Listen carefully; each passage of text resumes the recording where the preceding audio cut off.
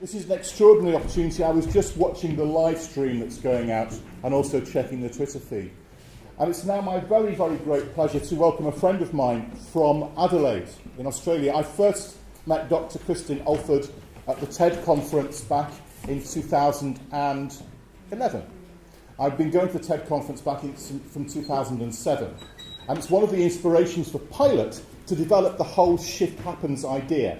Well, we want to put together people who are creative in their own fields in terms of the performing arts in their widest sense, with academics, with students, with technologists, and to mix that up. So what we do is we really get some sense of creativity and some real ideas happening about how we want to generate and to make some of this new work happen.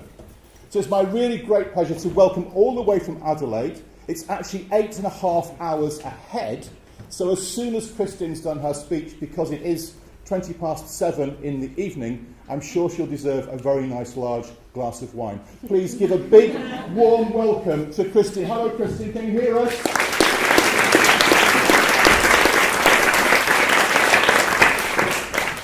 Can you hear us? Thanks, Matt. Brilliant. And thank you for inviting me to speak with you. I really enjoyed that introduction because when Matt said new ways to create work, I think that's very relevant. My work is as a futurist, so I'm interested in how we create new ideas about the future. And so what I want to talk to you about today is this process I'm calling 5 futures, because what I've discovered is that for most people, there are 5 ways in which we think about the future, but most people only use one. They only use one way. And so what I'm interested in doing is making sure that we can use all 5 of those future senses to create work in the broadest possible sense that is innovative, that is creative, and that is valuable to the type of lives we want to live. So my first slide is a scholar.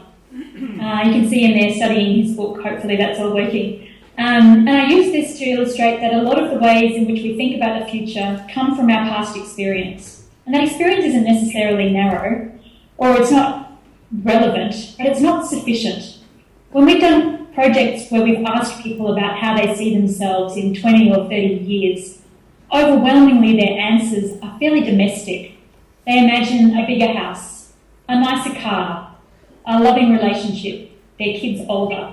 In one high school group we spoke to, there was a young boy who said in 2035 he would have married Stephanie and driving a red Corvette. These are very, very sort of domestic futures that come from our own perspectives and our own values and our own set of experiences. They're useful, but they're not sufficient. So to fully expand the way that we might see the future, we need to move to the other 4 future senses. So the next one is what I would call a distributed present, which comes from the William Gibson quote that the future is already here, it's just not evenly distributed. And in the next slide, you can see the motive of the explorer. So this is us exploring the present as it currently is, looking for weak signals of change that are already happening and understanding different ways of seeing our current world. So for me, there are 2 ways in understanding the distributed present. One way is by looking at trends and looking at things that are currently changing in the environment. And I think this year particularly for me seems to be full of change. There is social change, people resisting institutions now that discriminate on the basis of race or sexuality. And you can see that happening through the riots in Ferguson. You can see that happening in the recent Irish referendum around same-sex marriage. I think this is really important when we start to think about the values that our young people are growing up with, that they will expect that the systems will change to be equal, and they will put those pressures on the system as well. The second aspect, of course, is technological change. And I just sort of caught the end of the previous couple of talks that you've been seeing, and I know that you're talking about technologies of interaction. I know that you've been looking at drones. These are the sorts of things that we can see in our current day. The sorts of things that I'm talking about with people are really things around the rise of automation and artificial intelligence. These are crucial for the types of employment we might have in the future, and really important when in some parts of the world there is high youth unemployment. So the sorts of jobs that we once maybe aspired to, accountants, lawyers, journalists, all of those things can be automated. They're already automating finance journalism and sports journalism. A whole lot of accounting functions are being automated. So those jobs won't exist. We need to reimagine the types of jobs that we might engage in with this new technology. And there's been talk of a new emergence of a cultural economy, but at the moment we don't do that very well. We don't value musicians and artists in the way that we will need to if the work that we do in the future comes from a deep place of what it means to be human. The third big trend that I'm sensing is obviously around climate change and obviously around the environment.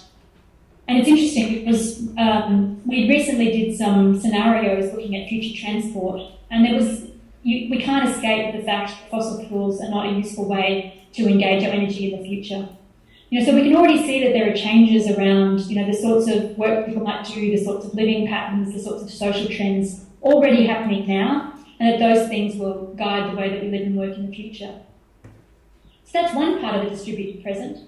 The other part is really understanding different perspectives. As I said, we see the world from our own set of experiences, but the only way that we can really create something new is to have dialogue with others and to have a conversation about how they see the future, to grow our curiosity and to deepen our empathy.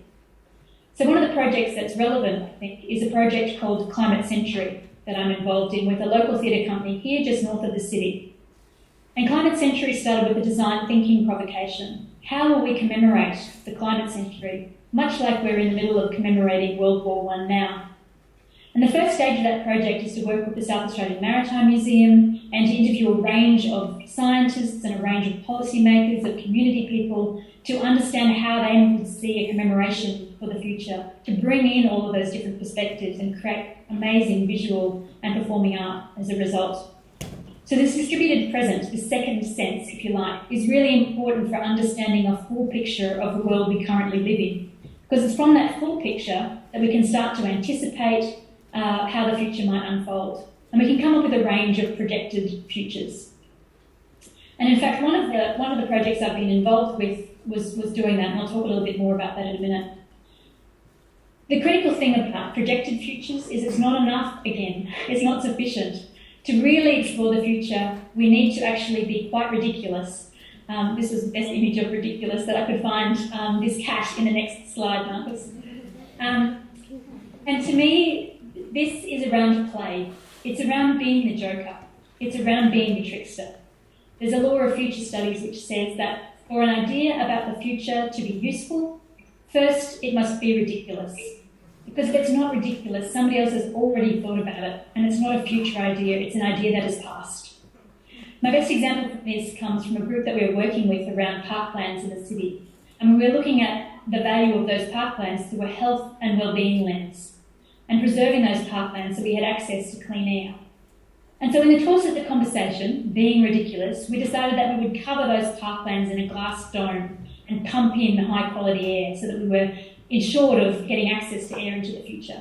I mean, that is clearly ridiculous. Financially infeasible for starters, but not the sort of way that you would want to enjoy your parklands. And yet by having that discussion, it became very clear that we had access to an app which could measure air quality from the sensors around the parklands, that could tell people which areas the parklands had high air quality. And so that idea maybe wasn't so ridiculous after all. We have to keep pushing ourselves. My idea of ridiculous might be much different to your idea of ridiculous. We need to talk to people. We need to have those discussions so that we can move towards those outer edges, those edges that make us feel icky, that make us laugh, the edges that actually create good work. So that's the third future sense, if you like, this sense of play, moving out of the projected future to the possible future, or even to the preposterous future. The fourth future sense is the envisaged future. And I mentioned this project that we were working on, which was looking at Australia in the year 2050.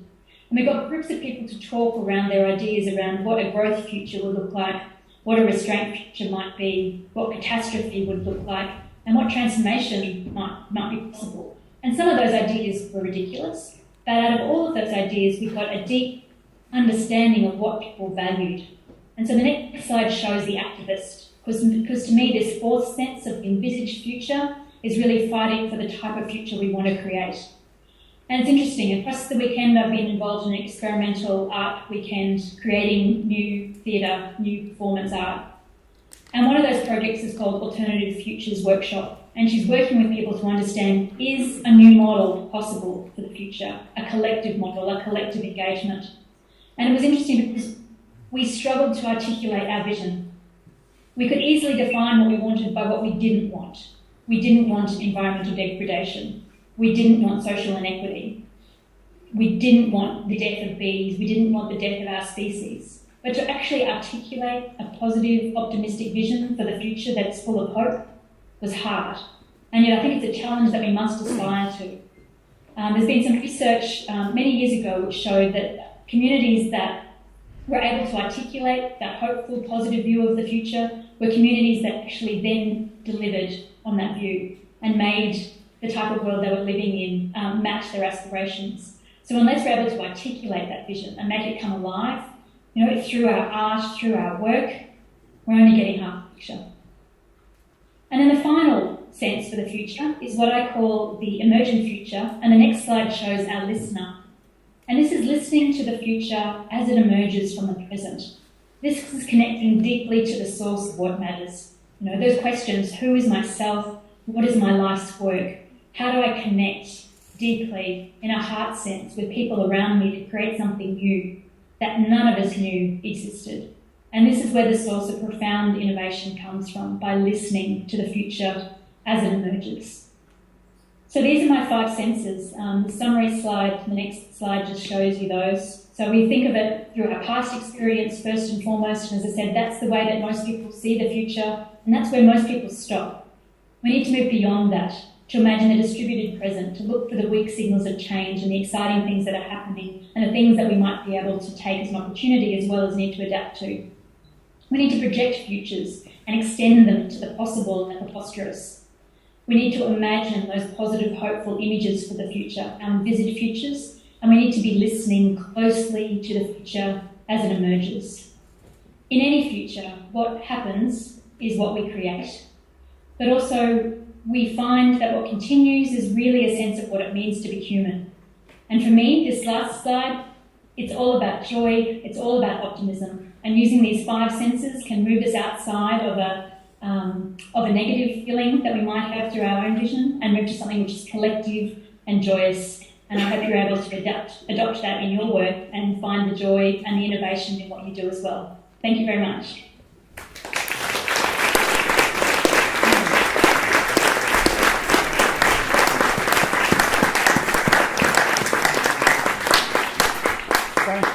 Thank you, Kristin. Now, I know you can't see us because of where we've got our bank of computers, but just a couple of questions and things. I think it's always fascinating to hear how we talk about the future and how things have changed. For me, one of the big things is that when we talk to people who have got the money and we need to persuade them, and we go in and we are the tricksters or the jokesters or whatever, how do we move those hearts and minds? Do you have any strategies or tips for how we present to those people for whom they don't want to see the jokesters and the tricksters? Yes, sure. And I think that's why you need all 5. Because if you just use that one, you're missing the opportunity. So I would come back to the distributed present and empathy, which is really about sort of understanding not how you might like to be treated, but how that person wants to be treated, or how those person's values and what that person's image of the future might be. And certainly when we've had discussions with a range of groups, people have very, very different perspectives on how they want the future. They have very, very different perspectives on how they see themselves in the future. So, I can't speak for the philanthropists or for the funders who you're talking to, but I imagine that they have different goals and different ambitions from the ones that you might present. And so the trickster is one tool to shake them up. But if you're shaking them up in a way that is disruptive or a way that is confronting, my advice would be to step back a bit and imagine, that to step into their perspective and imagine what they're looking for, and to try and aim it from that very deep sense of what they value and how they see the future themselves. It's a really good point. In fact, one of the previous meetings we had for Platform Shift was in Moulder. And Thomas, who's the director there of the wonderful space in Moulder, the new theatre with the amazing amphitheatre on the top. And his story, and I hope you don't mind me quoting you, Thomas, is that he said when he was talking to the city planners, he said to them, "We are not building a theatre, we are building a city. So who doesn't want to be part of that?" And so the reframing of that question enabled that wonderful space to be built. And I think that's part of all of our jobs and part of the role of this particular forum, to help us to shape some of the questions and the arguments and the visions of the future. And I want to just open now, because we've got a little bit of time, because we're just doing really well on time. Does anybody have a burning question they want to ask Kristin all the way to Adelaide? Yes, please. So if you don't mind, I will repeat the question to Kristin, because I've got a microphone here. Yes, you were using a lot of revolutionary language and showing a picture of Che Guevara, and now you're telling us that we should change our artistic vision a little bit so that it can accommodate funding? I think all of this stuff, I mean, it was Dirk with the revolution. We are in a revolution space, but it's about how we approach and how we use that. I mean, Kristin, did you hear the question? In Dirk's thing, we were talking about being in a revolutionary space and being in an opportunity to help develop new thinking and new ideas. Any kind of question you want to come back on that, or any thoughts you would like to share? I would agree that we're at a moment of revolution. I feel like things are at a tipping point, and we've got a small window of opportunity to really make a difference. I mean, perhaps my perspective on that comes from a perspective of climate change, where we do have a very tight window to make a difference to preserve a way of life, or we're dealing with something very different. And I think things are changing rapidly, and this is, I guess, where I want to emphasise that last listening future, looking for, as you said, looking for clues to reframe, looking for ways to reset, looking for completely different ways of thinking, because the old ways of thinking that we've used aren't going to work where we're headed. And so I just think it's that sort of alertness and the alive, being alive to what's changing that for me is so critical. In the work that I do, but also in the work that you are obviously creating. And it's also true around that listening one, particularly when we're creating work for new and emerging audiences of young people. It's critical that we listen and have dialogue, and we listen and learn from each other in that particular process. Kristin, I'd like to say a big thank you on behalf of everybody here at Platform Shift for giving up your time. And your glass of wine, I'm sure, is well-deserved and waiting. But please, could everybody give a big round of applause to Kristin, and thank you very much.